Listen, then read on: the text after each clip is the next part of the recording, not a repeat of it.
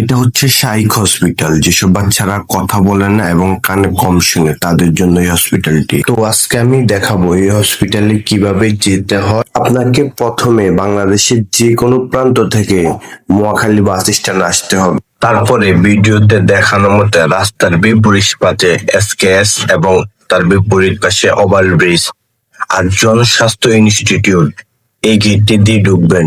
ঢুকতে ঢুকতে প্রথমে দেখবেন জনস্বাস্থ্য ইনস্টিটিউটের একটি অফিস। তারপর একটু হাঁটার পরে দেখবেন যে শিক্ষা স্বাস্থ্য অধিদপ্তরের অফিস। তার সাথেই রয়েছে কাঙ্ক্ষিত সে হসপিটাল শাইখ, যেটির জন্য দূর থেকে মানুষ আসে নিজেদের বাচ্চাদের ভালো চিকিৎসা। ডান পাশে রয়েছে আইসিডিআর অফিস, যেখানে কোভিড টেস্ট করানো হয়। চলুন এবার আমরা হাসপাতালের ভিতরে চলে যাই। প্রথমে যে প্রতিষ্ঠাতা তার একটি ছবি রয়েছে এবং খুবই ভালো মানের একটি ক্যান্টিন এখানে রয়েছে। এখানের খাবারগুলো খুবই ভালো মানের এবং খুবই সুন্দর পরিবেশ।